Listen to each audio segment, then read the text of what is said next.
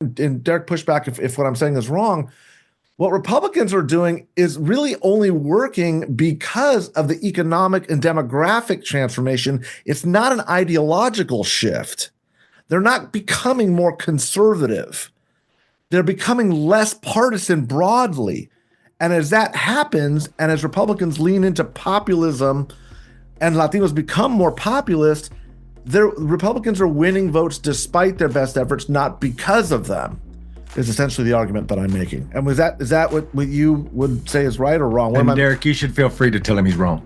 Please do, because Chuck does all the time. Sorry, Chuck. No, that is consistent with the findings of my study, which like the Republican pro-business messages are not as effective as a Republican just generically talking about jobs. Republican messages that are moderate on economics are generally slightly more positive than a Democrat doing so.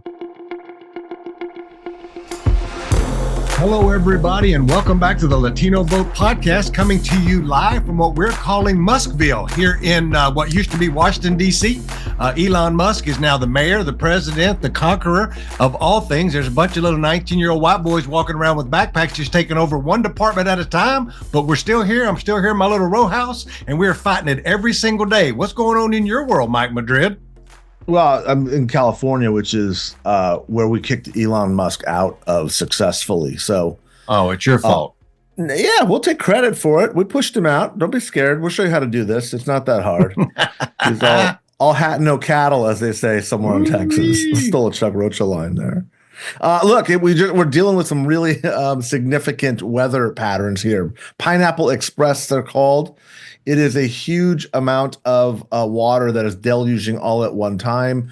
Just days after Donald Trump released a lot of water unilaterally and wasted a gazillion gallons of water that we needed in the summer to prove a point. The point being that he was wrong and does not understand California water policy. So, another day in the life. Things are continuing. I think we're pacing ourselves for a long few years here. But I am excited, by the way, to have a special guest on tap, somebody who is incredibly insightful, been admiring his work for some time. I'm going to let you do some of that introduction, though, Chuck.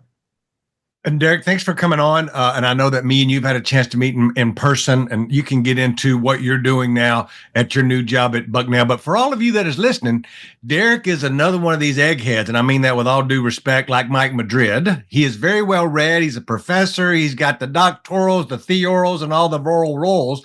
And I'm making that word up, Mike. It's not like Methuselah. We're not going to go down that. We're going to go down that path again.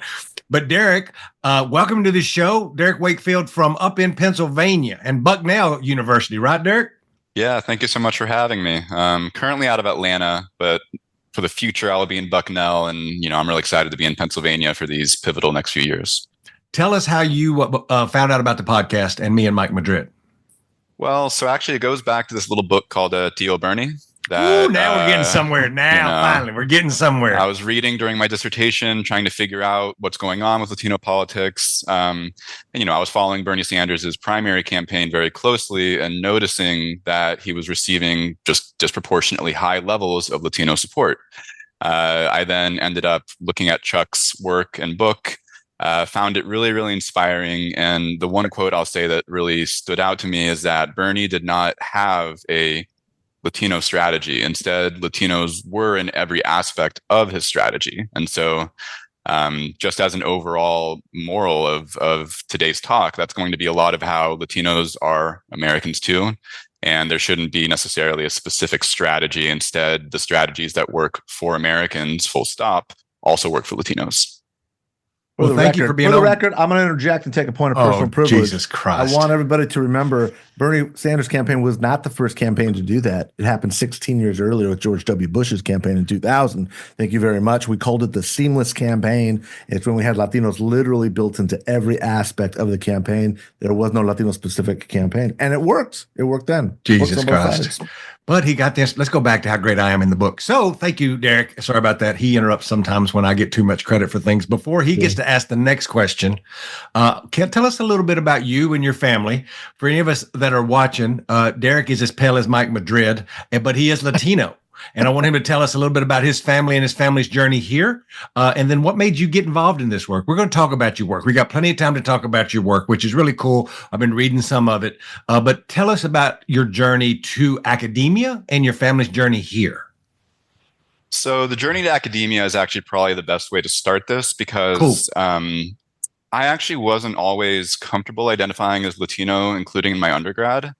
And that's sort of a journey I've been on through my higher ed process. And to skip to the end, what I've eventually come to is that, this is an important part of who I am. So my grandmother's family is from El Salvador. My dad grew up there for a significant period of time.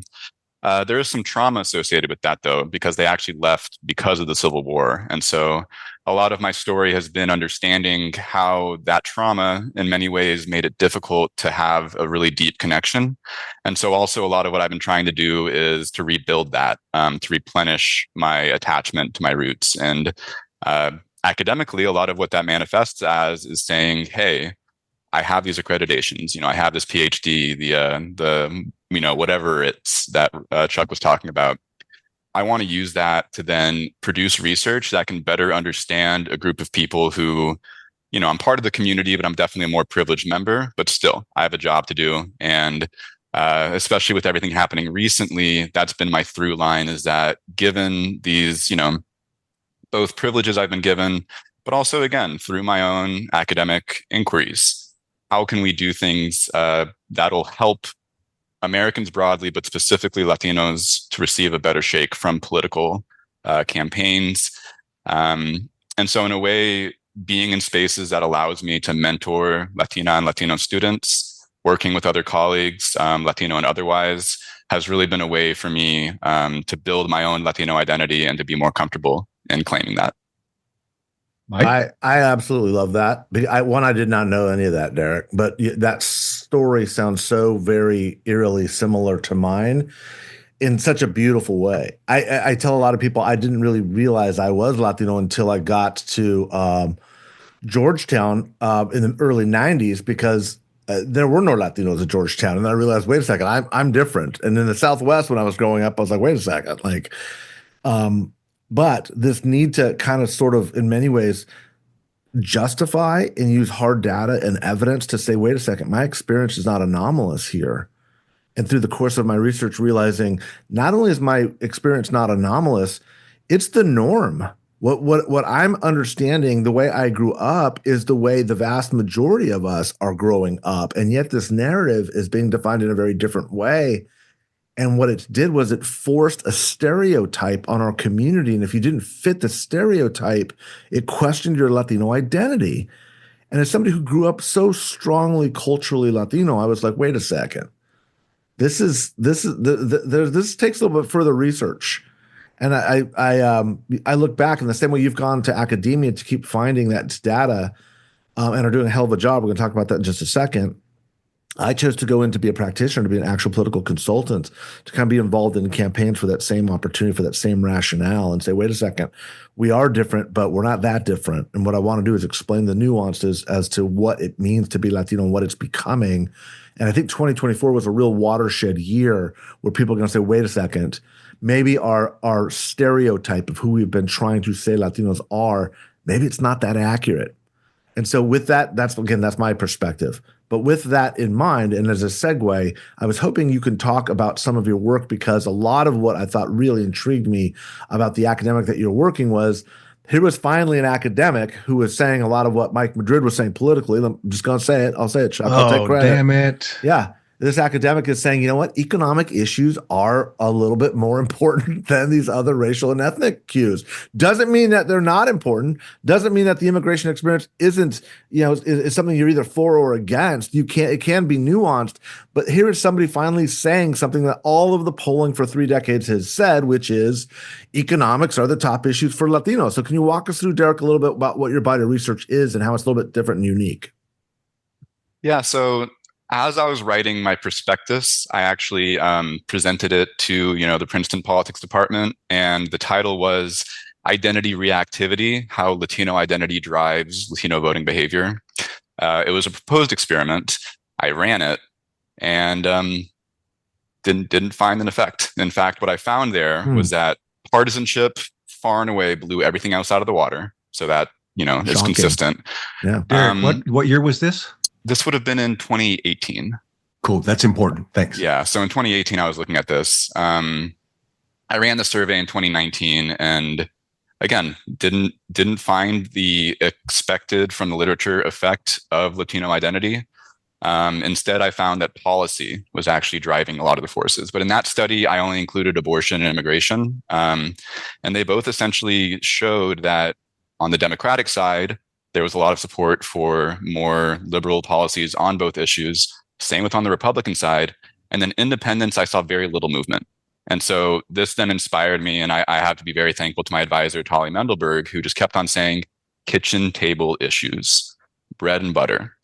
And across 3 subsequent studies that I ran over the ensuing 3 years, I essentially consistently found that Latino Democrats are Democrats, Latino Republicans are Republicans, and Latino independents vote for whoever talks about the economy. See, I should be getting an honorary doctorate from Princeton because this is what I've been telling Chuck for 25 years now. So, Chuck, any thoughts, initial reactions to this? I don't trust none of you academics. I trust none of y'all. I don't give a damn. But I do find this interesting, Derek. I think that there's a through line to what you're saying in this research to what you've talked about. I wrote about it in T.O. Bernie.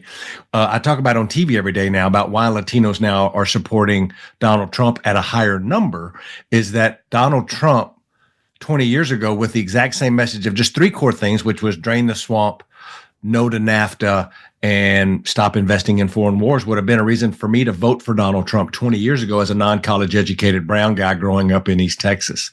So I think that you're on to something. I think there's lots of conversations happening in DC.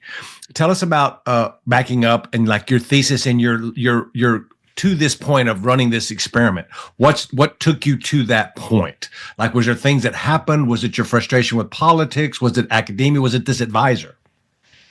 So the advisor was the person who gave me the sort of backbone to do this because in a way I was going up against many very prominent people in the literature who I have a lot of respect for, and many of them are cited in my article. And so that's sort of a tightrope I had to walk, was to make sure that I'm still giving respect to people who genuinely did pave the way, while still being clear that, especially in 2016, particularly in 2020, and again in 2024, we're seeing strategies being enacted towards Latino voters that are not shifting aggregate Latino voting behavior. And so even regardless of my own personal commitments and political views, it was clear that Latino voters were not responding in the way that a lot of these theories would predict.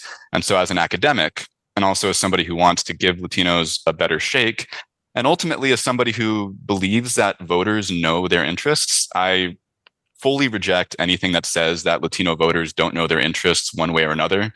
Mm-hmm. Latino Republicans, for example, do express racially conservative views on abortion. They're oftentimes anti-undocumented. Many of them fled socialist regimes. They tend to be more affluent. And I think even that can sometimes be overstated. In general, I think that Latino voters, as Mike says in his book, are aspirational voters. And in many ways, I think that the Democratic Party has overly applied a framework that works for Latino Democrats. And to be clear, it does work for Latino Democrats, and that's still at least a majority of the population. But it fails to engage Latino voters who have remained on the partisan sidelines in a way that economics has a greater effect. And at least in 2020 and 2024, I would say that the Republicans were perceived as having greater ownership over the economy, just generically as an issue. And we'll get into how that manifests in my specific findings. I am not persuaded that this is a hugely ideological thing. I think it's much more about just simply people want the government and the economy to be doing things that help them. If they are not feeling like the economy is working for people like them, if they feel like the government doesn't represent their interests, they're going to vote against the incumbent. And so that happened in 2020. It's going to happen again, probably in 2028. It happened in 2024. And so in many ways, I actually think that Latino voters are more rational in a way because they are responding to how these conditions are developing. In short, they're saying, well, if the economy isn't improving, we need a change. And again, I think there's different data, different ways to slice it. The overall economic growth indicators might say one thing, but at least whenever we're talking, and I'm seeing a lot of these focus groups and just generally the distributions of wealth, working class and middle class Americans in general are suffering, and Latinos especially have suffered, have not benefited from a lot of this post-COVID economic growth. Latino workers were also oftentimes on the front lines during COVID. And so another reason for why a lot of Latino voters may have voted for Trump is that he was saying, let's reopen the economy. And these are workers who, unlike myself, didn't have the luxury to work from home. Man, we gotta have you on more. This is going to be horrible. Yeah. Look, and I'm going to be real candid and direct here too. I was very publicly and still am very publicly critical of a lot of those academics that you respect, because I don't respect them, because the anecdotal evidence was compounding for many, many years. It was evident in campaigns, and I think this is one of the reasons why I had so many problems with certain academics who were driving this narrative, which was quantifiably false, like in the real world. Can you recap for our listeners which one of the theses that you're saying was incorrect leading into this? Which one of them you're talking? Not the person, but the theory. What I'm arguing is essentially what Derek was saying, and what Derek is saying is that the strategies that Democratic campaigns have been using work for Democratic voters. But as you see Latinos becoming the fastest growing segment of the independent, no party preference, unaffiliated, and a rightward shift, basic math says you better change your strategy or you're going to keep losing Latino voters. That makes sense. And that's what's been going on nationally, at least for the better part of a decade. California was a little bit of an outlier, but it began in earnest essentially in 2022. And we get into why those reasons are. But it is troubling when I see academics saying, using this academic literature for Democrats, essentially. Like they're basically imposing this Democratic view of the world and saying this is the way Latino voters think. And it is rare. And again, this is Mike Madrid saying this, Derek, so you're not going to get in trouble. Everyone knows I'm the crazy one here. Absolutely. What Derek is saying now is that it does work for Democrats. It doesn't work for Republicans, certainly, and it's not working for independents. It also, I think, goes to the point, and Derek pushed back if what I'm saying is wrong. What Republicans are doing is really only working because of the economic and demographic transformation. It's not an ideological shift. They're not becoming more conservative. They're becoming less partisan broadly. And as that happens, and as Republicans lean into populism and Latinos become more populist, Republicans are winning votes despite their best efforts, not because of them, is essentially the argument that I'm making. And is that what you would say is right or wrong? And Derek, you should feel free to tell him he's wrong. Please do, because Chuck does all the time. Sorry, Chuck. No, that is consistent with the findings of my study, which like the Republican pro-business messages are not as effective as a Republican just generically talking about jobs. Republican messages that are moderate on economics are generally slightly more positive than a Democrat doing so. But again, I tend to think of that as that Democrats are already sorted, while there's some Latinos who are hearing Republicans. And I have other research showing that Republicans are not shy about sharing a lot of their anti-undocumented views, even towards areas with large numbers of Latinos. But by the same token, they're also engaging in a large amount of Latino identity rhetoric. And so one might say that Republicans are both having their cake and eating it too. Right. And it's, again, and looking at aggregate outcomes at a lot of these majority Latino areas, that strategy does appear to be working more so than a lot of Democratic strategies. And again, I have another paper that I sent along that's currently a preprint. So it's not fully, it's under review. So hopefully it'll be out soon.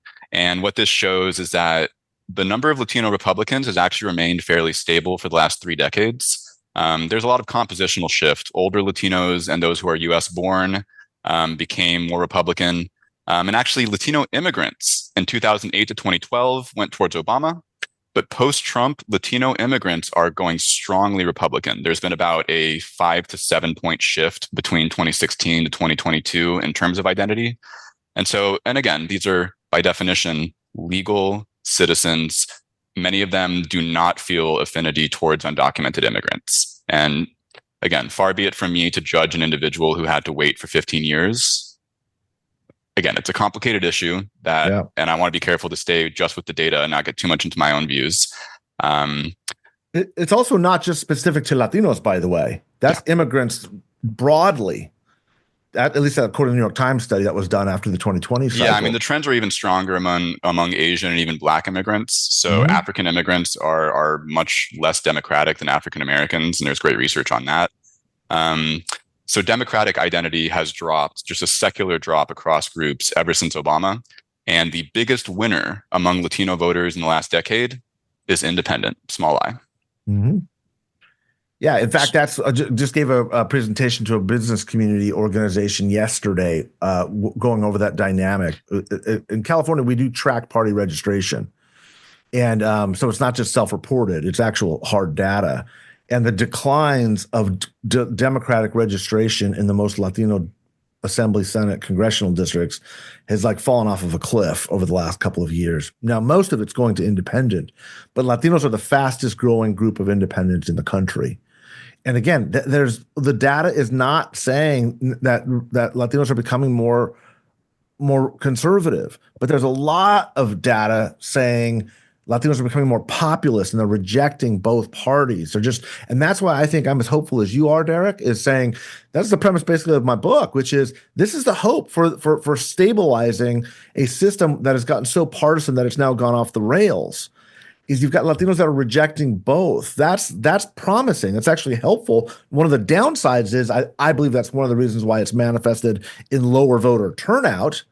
And that's not a good thing, obviously.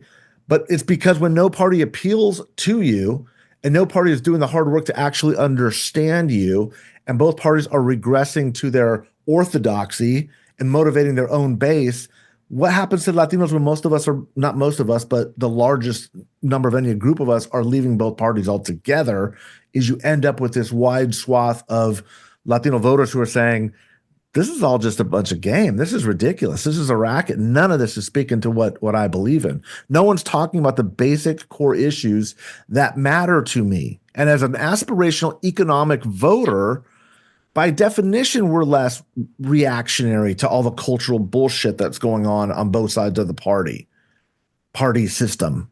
Is that fair to say? Yeah, I would agree. What I can specifically say from my findings is that while partisanship is the biggest driver among Democrats and Republicans, I don't interpret that to say that immigration doesn't matter, but more to say that, again, these partisans have already sorted. So Latino Democrats are certainly those who believe strongly in racial justice and immigrant rights. Latino Republicans are very frequently those who were opposed to Black Lives Matter, are anti-socialist, and do not support undocumented immigrants. And so I don't necessarily think that a racial identity framework is theoretically, I think it theoretically applies to these groups pretty effectively, actually, just like it applies to partisans overall. But again, I think Latino independents are even unique in the sense that even compared to white and Black independents, they're more likely to support bootstrap ideology. So they believe that America is a land of opportunity, but they also support a higher social safety net. And so in many ways, Latinos, if they become a more influential group, could have this moderating effect. Right. And I think that that's, to me, the positive aspect of this, which is that, again, if Latino voters are looking at the state of the country and voting on that basis, that's actually better than voting just purely based on party line. And so with your research, and we've talked about some of it here, and as we're moving through this conversation today, what are some of your other findings that you wanted to highlight that you have found in some of this research that you've done? So in my dissertation, I look at television ads and specifically examine differences in how campaigns mention the topics of economics and the topic of immigration. And then what I do is I plot it based on the percent of Latino in a given media market. And what I find is that across years, Democrats are significantly more likely to talk about immigration in areas with more Latinos. Republicans are equally likely across the board. So again, Republicans are not hiding their anti-immigrant messaging from Latinos. On the other hand, when you plot economics, in some years for Democrats, the relationship is actually negative. So in areas with fewer Latinos, Democrats are talking about the economy quite a bit. In areas of more Latinos, they're actually less likely to do so. On the other hand, for Republicans in 2020, the relationship is positive. So in 2020, Republicans were more likely to talk about the economy if a given media market had more Latinos. which again means that Republicans are talking about economic issues towards Latino voters, which, based on my experimental research, should lead towards greater Republican support among Latino voters overall. Again, nailed it in a nutshell. Basically, what you're seeing is where there are large numbers of Latino voters, Democrats will go in and talk immigration, even though that is weakening as Latinos become more independent. Republicans aren't shying away from that issue, saying we'll take our 35, 36% of that on the other side. But when the Republicans start communicating, they're talking about the jobs and the economy. And that's what they're leaning into, which is what the data is overwhelmingly saying is what Latinos want to hear. Is that right? Yeah. I draw a lot of inspiration from Pew Research Center polls, which I think has been the gold standard for a lot of these types of arguments. And 2016 is one year where immigration was very high salience and was on the top list of issues among Latinos for obvious reasons, with Trump and with Hillary Clinton making it such a big part of her campaign. But ever since that year, immigration is consistently in the middle of Latino issue opinions. It's actually lower than among white Republicans. White Republicans care a lot about immigration. Overall, Latinos are consistently favoring, and you can look across polls, jobs, inflation, healthcare, education. Those are always consistently the top issues, with other issues such as gun violence, police reform, Black Lives Matter coming up as they become higher in salience, but they never stay at the top. Whereas those economic and service-oriented topics are always at the top of Latino issue polls. And have been for decades, by the way. One of the anomalous things about 2016 is that was really that was like when the Rubicon was crossed between the highest numbers of foreign-born Latino registrants and the explosion of U.S.-born Latino registrants turning 18, which is why I argue that a lot of this has to do with people who have a weaker ethnic anchor and a weaker affiliation with the immigrant experience.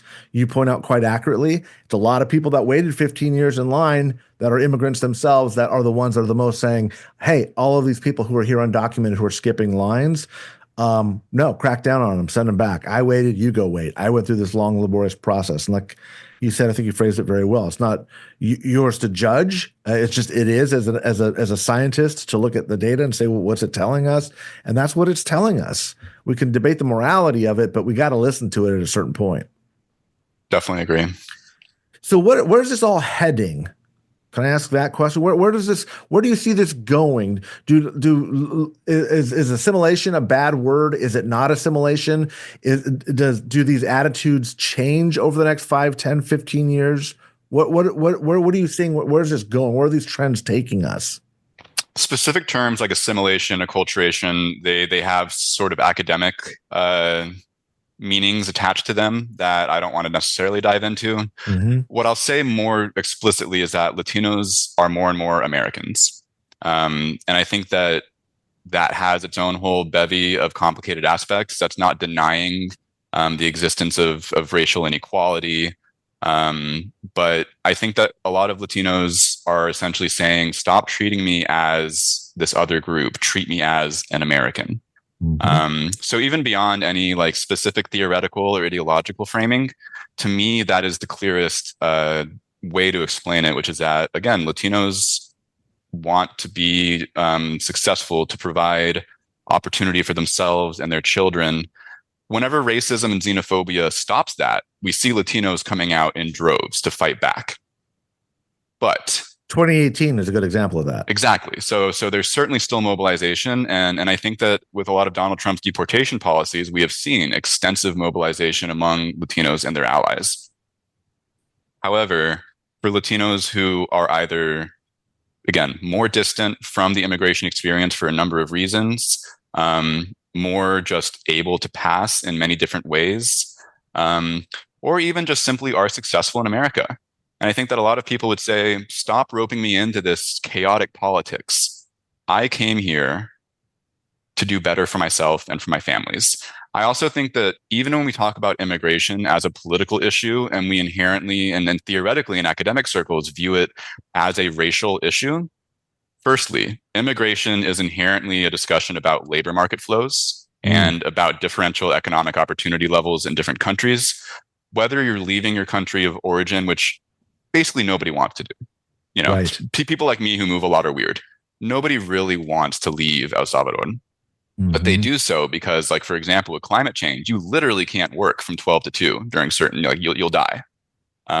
With everything happening with regards to crime and instability, you know, you can't know that your children are going to have opportunities. And so, again, the decision to immigrate, I would argue, is inherently one about economic opportunity and economic circumstances. Many of the debates about immigration in the United States hinge on how immigrants are or are not impacting the labor supply. So again, I think there's almost a false bifurcation of economics versus race.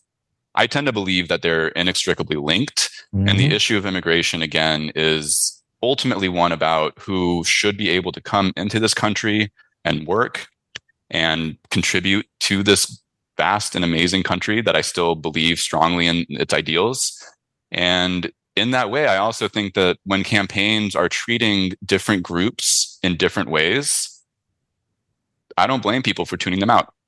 While on the other hand, if you're just talking to people as Americans, as people who, again, want to do better by themselves and their children, I think that you're able to reach a broader group than just people who are on either side of the partisan aisle. Yeah, and I've been thinking while you and Mike have been geeking out on all y'all's professorial things and talking about the big words, is about these messages actually reaching people that, you know, you live in a world of data. Mike lives in a world of where he's really smart. And then I live in a world of reality. And the reality that I see in a lot of campaigns is that the way we target and reach voters is so inefficient and doesn't work well enough to where they actually get to hear an opposing argument. I like the research the most of where you just looked at where the money was spent and on what messages and in what market. It leads back to the Chuck Rocha saying of no peso, no say so. And if you're not spending money there, then don't blow smoke up my skirt and tell me that, you know, you think I'm cute, because that ain't working. Exactly. Show me where you're spending your money. And when I go into campaigns, and Mike knows this, is that they're looking for efficiencies. How can I get and talk to the most voters who are going to go vote?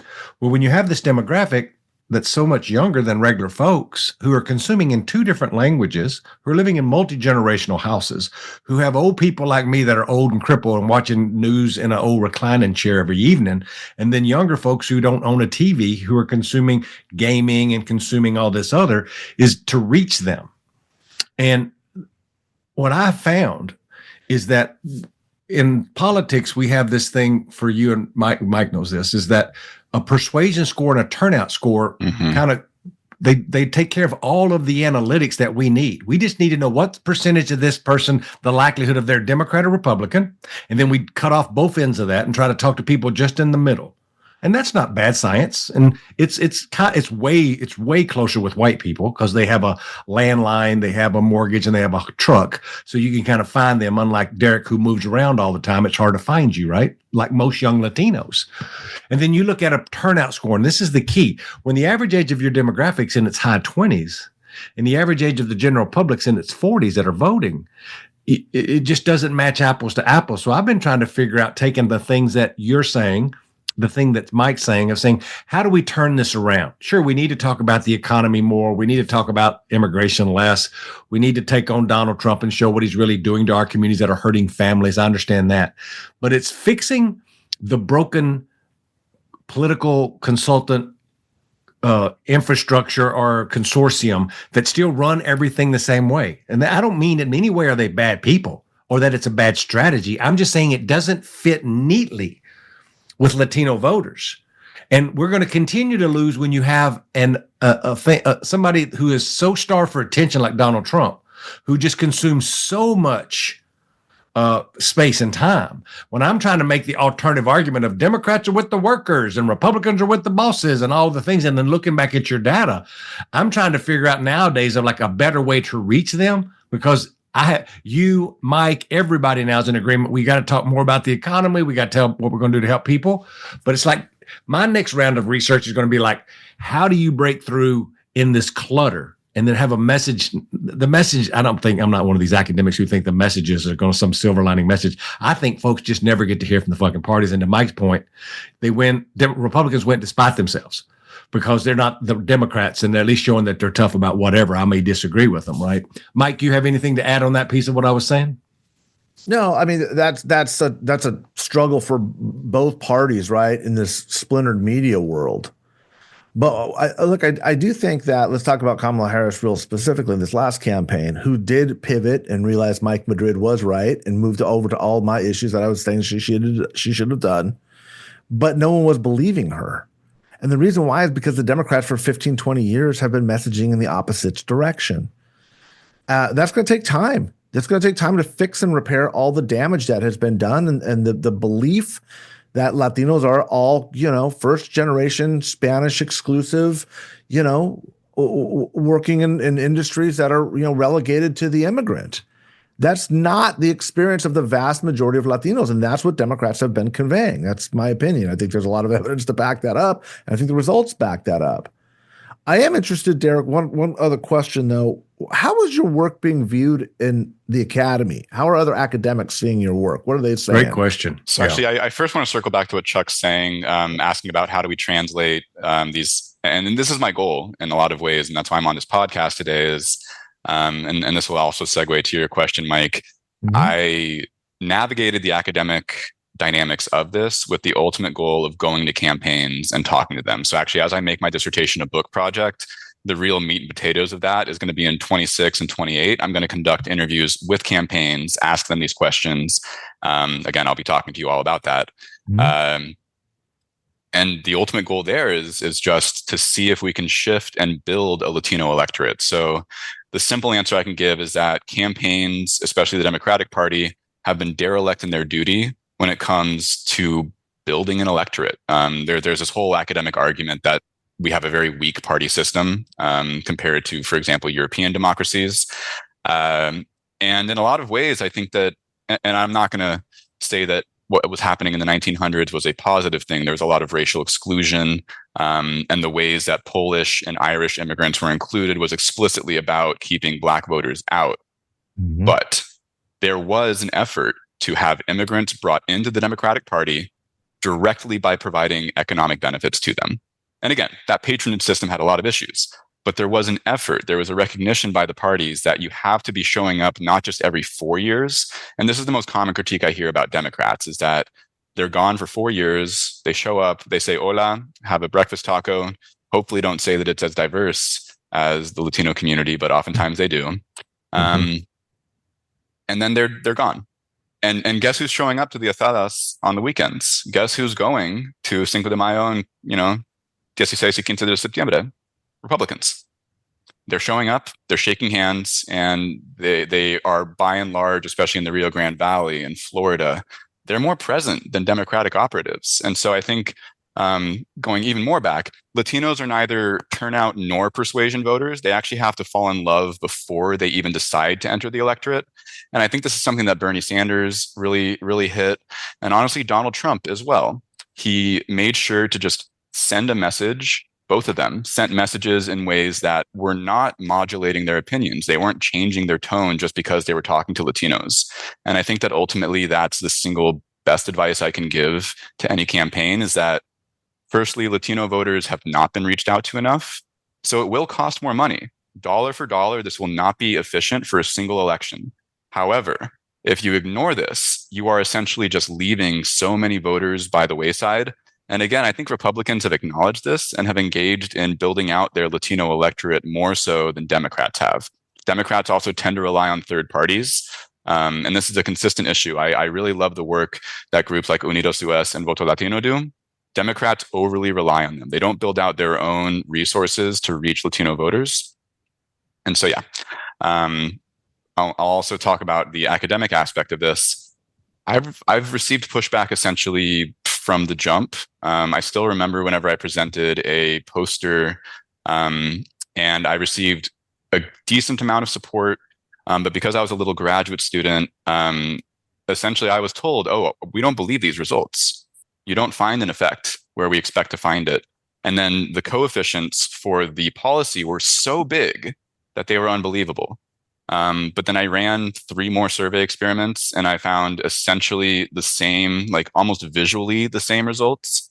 Again, where Latino Democrats support Democrats, Latino Republicans support Republicans, and that's regardless of policy. So regardless of what policy areas are mentioned, these are loyal partisans. But then Latino Independents would support whoever talked about the economy. And I think that part of the issue is that with the academic publishing process, and frankly, with the way that Latino politics has not always been given enough respect in the discipline. And that's why I personally, even though I disagree with many of these scholars, I have nothing but respect and admiration for what they've been doing for the last 2 decades, if not longer, to create a space for people like me. And so again, I want to be really, really clear that while I disagree, I could not be doing this work without pathbreakers like those people. However, that does also mean that there is a group of people in academia who oftentimes are not necessarily incorporating these new arguments as quickly in a way that I think needs to represent what is happening on the ground. And I also think that I'm just in some ways the one who had the stars align, both with Trump getting elected, with Latinos shifting in this way, having run my experiments at the time that I did, slightly before this started showing up on the New York Times every week. And again, that's another reason why I'm on this podcast, is that I have done the academic research to test these sort of folk wisdom theories. And based on my studies, which is encapsulating over 2,500 Latino voters collected over a 4-year time period, I consistently find these results and I can stand by them and say, academically, Dr. Derek Wakefield, this research has consistently shown these things. And so it's not just something that pollsters are showing. It's not a one-off. This is a replicated experiment done multiple times in multiple different ways, finding the same thing. Again, Latino partisans are sorted. Latino independents care about the economy. Well, Dr. Derek Wakefield, me and Mike Madrid, and I'll speak for Mike here, I'm bigger than him, will want to back up your research and help give you and grow this, right? Like, I think that there's things that me and Mike can do that can help you and have access to other numbers and other things and numbers. Mike's probably laughing. I know I can see him laughing, but the numbers part he can handle. But like the other parts of the real life implementations, I can't say that right. I don't like to get beyond 2 syllables. But when we talk about this work, you're talking about, when you talk about Unidos or Voto Latino, and this ain't Chuck Rocha jumping in to protect my clients, but this is something that's been a spur under my saddle for a moment, is that I don't think we're over-reliant, and I can prove that we're not over-reliant on these groups because they're not getting any money to spend. And if you look at the money that's spent just based off of pure science that you did, if you look at these ads that are run in these districts, none of them are run by these 2 people. And they're doing very little field work. So we are waiting, and we can get into this on another podcast, but we're relying on well-intentioned white consultants who are working for the Democratic Party at some ever level of whatever that is. Mostly it's at the campaigns because, to be honest, the DCCC and the House Majority PAC have woken up to the theory that you're talking about and started winning back seats in California 27 and 13 and New York 4 and all these places, because your research has led them, research like yours, to do things differently over the last couple of cycles. And now it's bearing fruit. What worries me, to your point about falling in love, is that there's not a lot of money going into the infrastructure in the communities for Democratic groups or parties. Because I was on the phone this morning, Mike Madrid, let's just say with a congressman from the Valley. I don't want to tell people who I was talking to, but we talk about him all the time.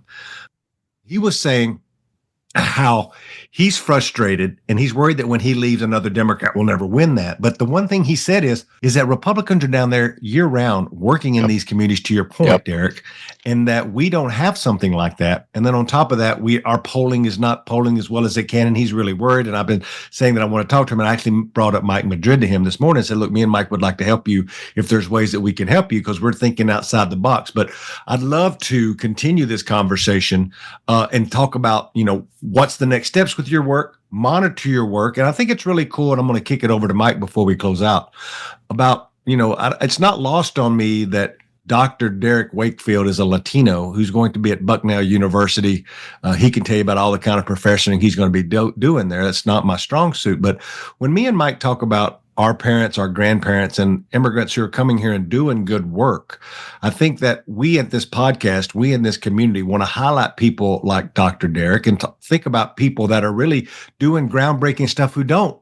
Just like me and Mike used to not get any credit because we were the Mexicans in the room and we were told to go get in the corner and maybe run some field on the weekends. But like other researchers like Dr. Derek, and I'm going to keep saying that because I love the name of that, and say it loud so people can understand that. I'm proud of what you're doing and I'm happy that you're here. And I'll kick it over to Mike for his final thoughts before I close this out.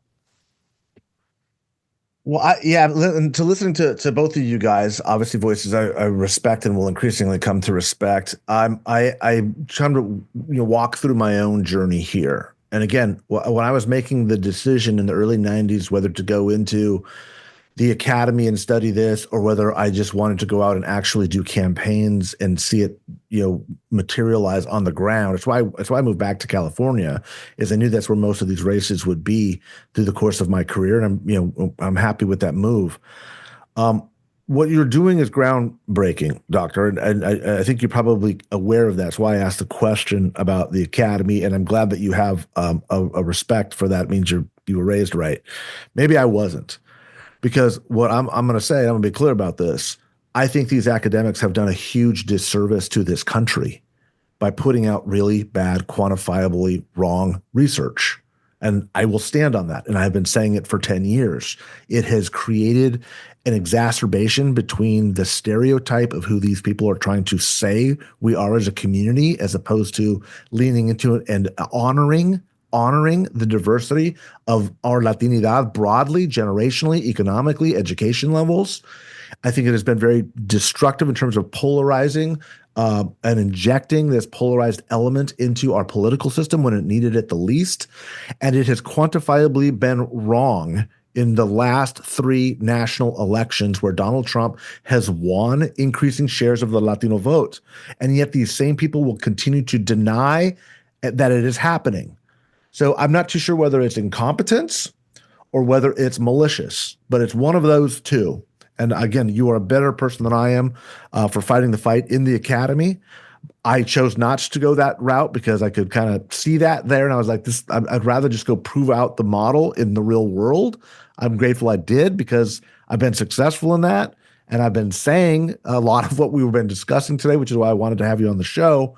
But what I am far more focused on now is empowering voices like yours, especially when what you're saying is clearly playing out, to say we need to do better at, not just as a political system, we need to do better in the academy, we need to do better in the media, and we need to do better in our political systems and our political parties in understanding that the Latino is not just this siloed individual where you can just dump a bunch of money and messaging on immigration and be very anti the other party and think that that's what is healthy for our community, because it has not been healthy for our community. It's been very damaging to our community, and I'm just grateful we're resilient enough as a people to move on and move forward. So on that Dr. happy note, I'll let you take us out, Chuck. And before I take us out, Dr. Wakefield, our group that we have like 15 people that listen to this podcast, but they are very important 15 people. So you want to give us your final thoughts, and then I'll take us out because we're really honored to have you here. We'll have you on more, and anything you have for our listeners. I like the parts when you talk about how smart I am and pretty over Mike, but you can take us out any way you want. Yeah, I mean, I'll leave on a positive note, which is a reflection on what Mike is saying, which is to say that I really just think that viewing Latinos as Americans, especially Latino voters, I think that perspective is a very simple way to challenge a lot of these, what I call essentializing narratives. I know that's a big word, but the idea here is that Latino identity and Latinidad is not a destiny. It is a question. And I think that every individual Latino person has their own way of navigating that. And so in my research, I try to understand that and to, again, give respect to people to say that they understand their own political views better than I ever can. They know themselves more than any academic will. My job as an academic is to scale that to thousands, millions of people, and to try to understand trends in that. But while I'm doing that work, I have to make sure that I'm giving respect to the views of people, to listen to them, and to accurately represent their views, especially if I disagree with them. And so that's my big motivator here, is that I hope that Latinos can help us move towards a democracy where, again, we disagree, but we do so in ways that we agree on the overall goal, which is to make America better, is to provide opportunity, is to ensure that we are not having such high rates of death from preventable diseases, that we don't have these massive disparities in health outcomes, in educational and economic outcomes, and that we no longer, hopefully, sometime in the future, can address these issues of racial discrimination and xenophobia, because this country was built by immigrants. And what I can say there is that I am confident that this will pass. These growing pains are a consistent story of America. And I generally think that the average American does not view Latinos as a threat. They instead just want everybody to be Americans, to build this country together. And so I'm going to be talking especially to campaigns to try to drive that point home. But even beyond the political, I'm really excited as a professor to be mentoring really, really smart students, and especially to make sure that Latino and Latina students who maybe are not considering academia as an option. And so, Mike, I will be pushing, I already have one at Emory who is applying to PhD programs. So I'm really, really excited.